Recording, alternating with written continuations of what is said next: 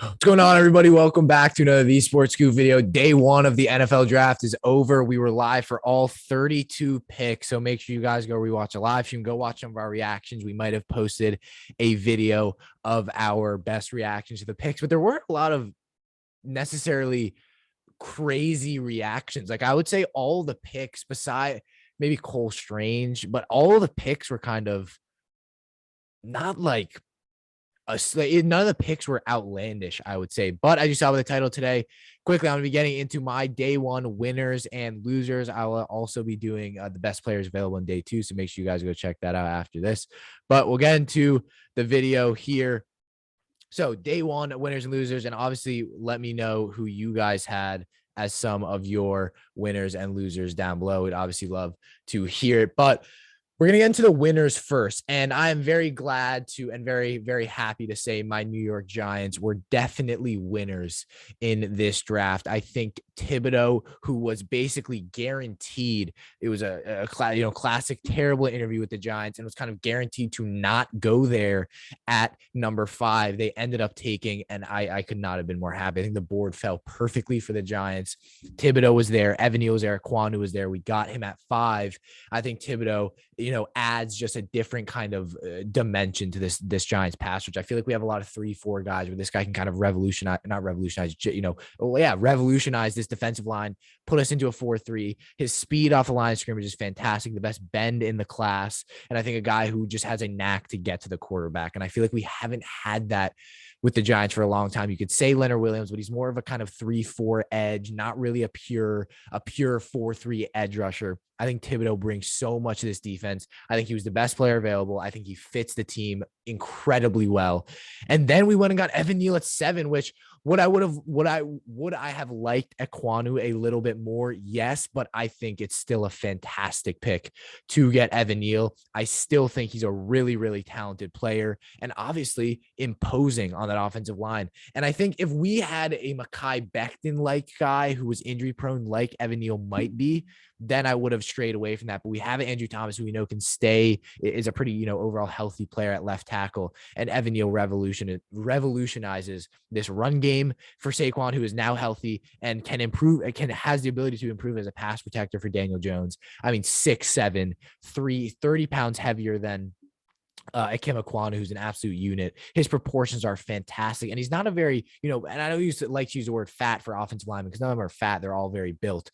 But I just love the pick. And I think that was so ideal. My ideal thing would be Thibodeau and then an offensive lineman, either Neal or Ekwonu. And I think we addressed that very, very well. I think the Giants are huge winners. I think the New York teams are huge winners. We'll get into the next one. And that's the New York Jets, who got, I think, 3 of the top 15, 20 players in this class. The Ahmad Garner pick was a bit surprising. I won't lie. I thought it would have been Ekwonu. I thought it would have been Jermaine Johnson, who they obviously ended up getting later. I believe it was at 27, the one they traded down. But they got Ahmad Garner, who is whatever you think. Maybe whether you think it's Stingley, whether you think it's or whether you think it's Garner, one of the best corners in the class. Is immediately pro ready, is a guy who is a true cornerback one and gives length to this team, ball skills, is a true man-to-man corner.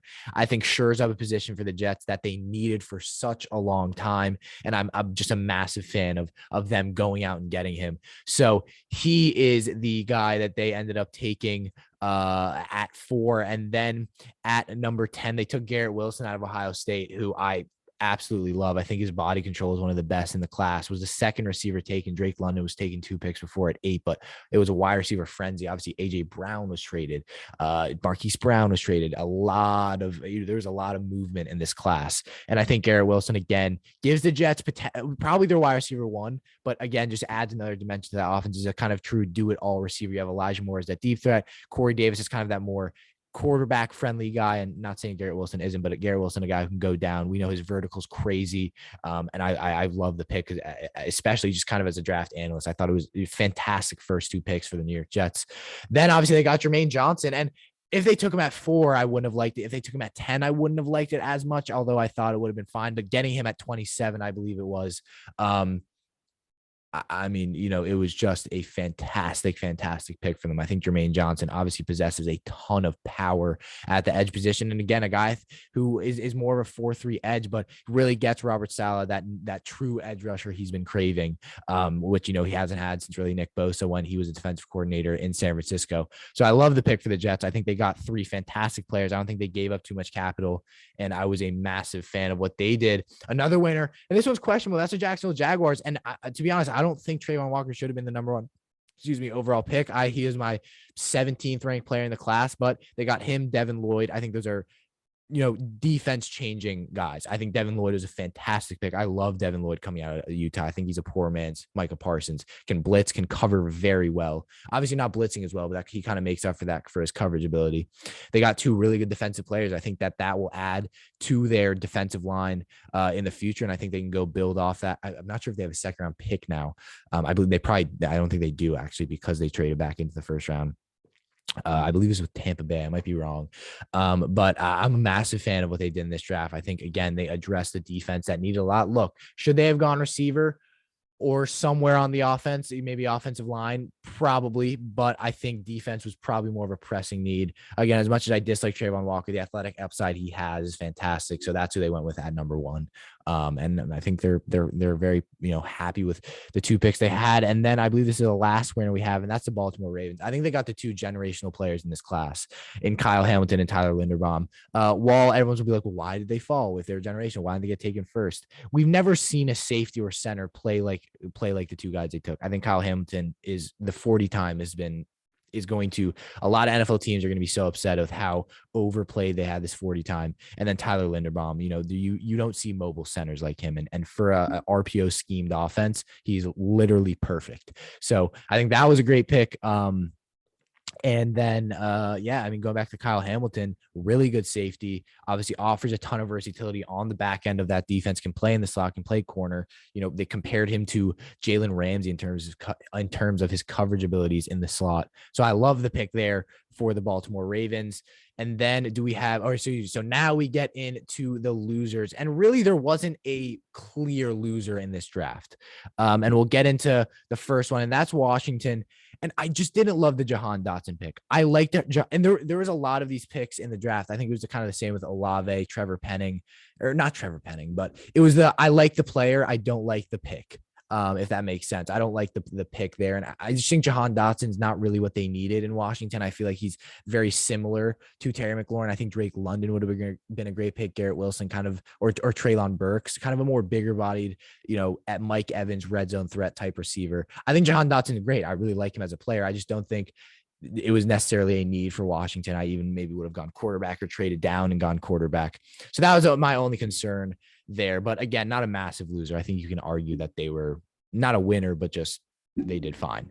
The next one was the Tampa Bay Buccaneers. And again, they didn't end up actually picking in the first round.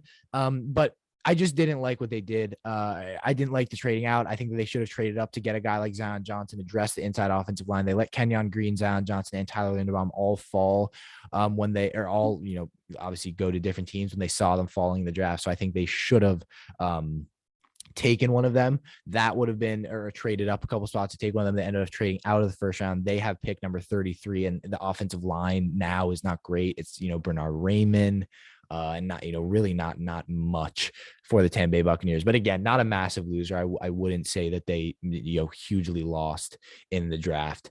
And then we have the New England Patriots, who I guess you could argue is the biggest loser, but it's Cole Strange, an offensive lineman. I think, somehow Belichick's able to make these obscure offensive linemen into absolute gems. But again, this pick made no sense in hindsight. Like, looking at it, this pick made absolutely no sense. It should have been a linebacker. It should have been like a Nakobe Dean. Andrew Booth was there. I don't understand the pick. Roger McCreary is there. I believe Daxton Hill was there. Louis Sign was there. Jalen Petra. There was a ton of players there. So I don't understand not going out and getting one of them and going out and getting Cole Strange in an offensive line that I don't think necessarily needs a guard, very bad. I guess the Shaq Mason replacement.